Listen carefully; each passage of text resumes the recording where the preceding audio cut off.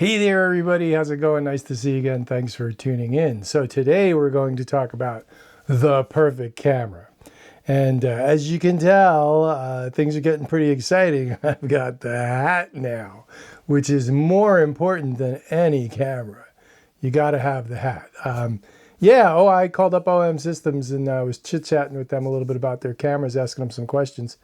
They sent me a hat. Go figure. I mean, how nice is that? All right. So the situation is thusly, okay? So with the Fuji cameras, like, you know, if I want to be absolutely honest with myself, now that I've used the OM system and the Sony's, etc. Yep, you know, Fuji's autofocus does have some issues. It's not the world's greatest autofocus system. It's usable, but it's really kind of lacking. And so once you have a camera with a decent autofocus system, you realize like Fuji. And the real issue. The other thing is somebody was I was watching a video about Fuji cameras.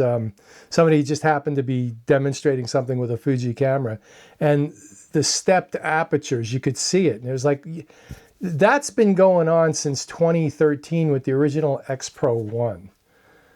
Really? Like they haven't fixed that by now? So don't get me wrong, love the Fujis, but it's like, come on. What we're talking about here today is the perfect camera. And what brought this on is I've got the OM3 and I've got the OM1 Mark II. And I also picked up an OM5 Mark II, which is doing video right now. And, you know, a lot of people have, when you read the reviews on the OM5 Mark II, like Petapixel, those guys and whatever, everybody's saying like, and everybody, you know, that Micro Four Nerds, same thing. The 8-bit video is pants. No, it actually works pretty good. The 8-bit video is not bad at all. And compared to the 10-bit video, yeah, the 10-bit video is sharper. But it's not like the 8-bit video is unusable. The 8-bit video is not bad. I mean, you want to see bad video, just anything Pentax. That's unusable video. Like, why'd they even bother? So I'm just saying, the 8-bit video is totally usable as far as I'm concerned. So, you know, it's not the 10-bit video. It would have been nice to have the 10-bit video, but whatever, you know. So anyway, the problem is thus, and it's not a big problem. It's not a big deal, but it is a big deal in a way. And we're talking about the perfect camera, okay? And we're so close these days to getting there. But these cameras today are really phenomenal. They really exceed the capability of most of their users. And the thing is, though, we still don't have the perfect mix of, I mean, we haven't achieved perfection as far as I'm concerned.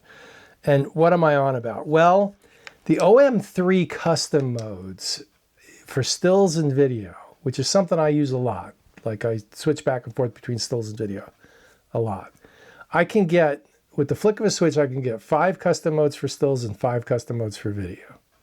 And that's the way it ought to be, okay? And so this camera is 100%, like it is really, you can name the custom modes, like everything you want to do, you can do with this camera. It is spectacular. The OM1 Mark II, not so much. The custom modes are really only for stills, for photographs. The custom modes don't really, the video and the stills aren't really separated out. And so they commingle and they corrupt each other. That's what it comes down to. And it makes it so it's less of a hybrid camera. And it's not even as perfected as the Fuji XH2, XH2S series, where you get to choose of the 7 custom fun, because the OM1 Mark II doesn't have a dedicated switch for stills video, and then the custom modes swap back and forth like the OM3 does.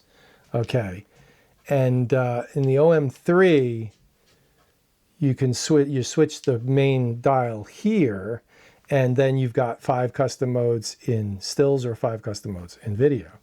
With this, the video mode is on the main control dial, and you put it in video, that's all you get.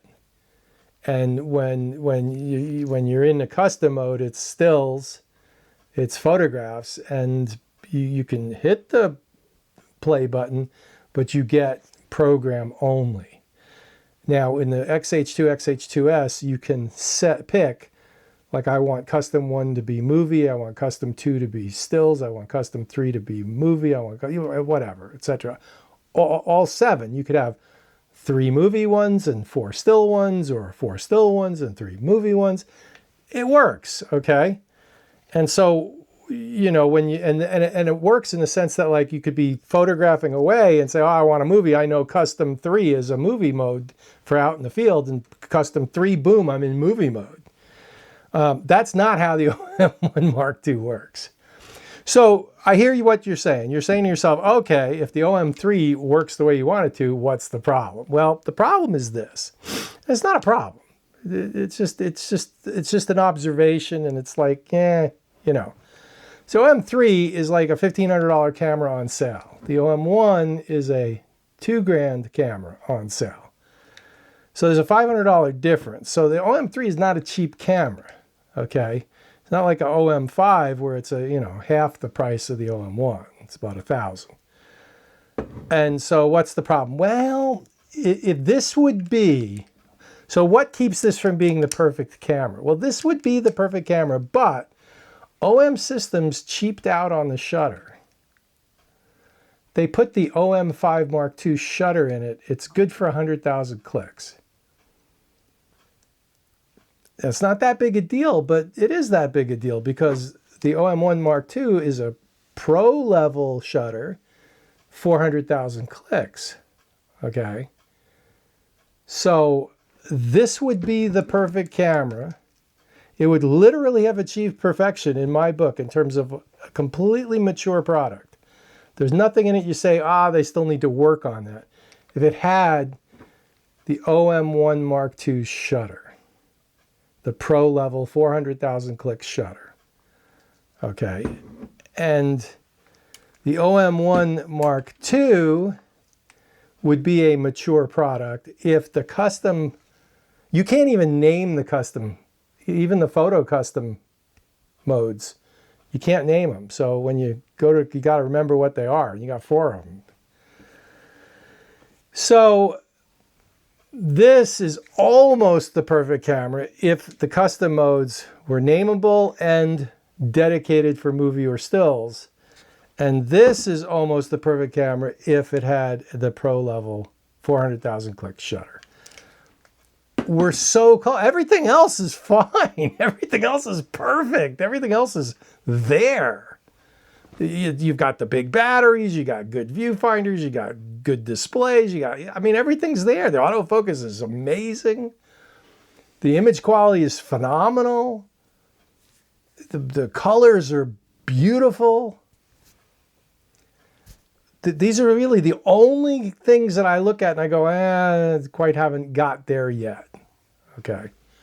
So when I'm looking at the two cameras, I can make this work and I can shoot this till it dies, which is going to be sooner rather than later. But, the OM1 Mark III has the potential to be the absolute 100% mature, perfect product.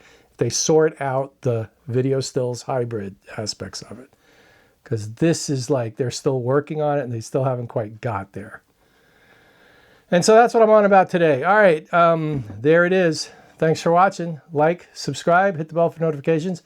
Check out the old Patreon page. Lots of stuff happening over there and very exciting. So, all right, we'll see you out there. Have a great one. Bye.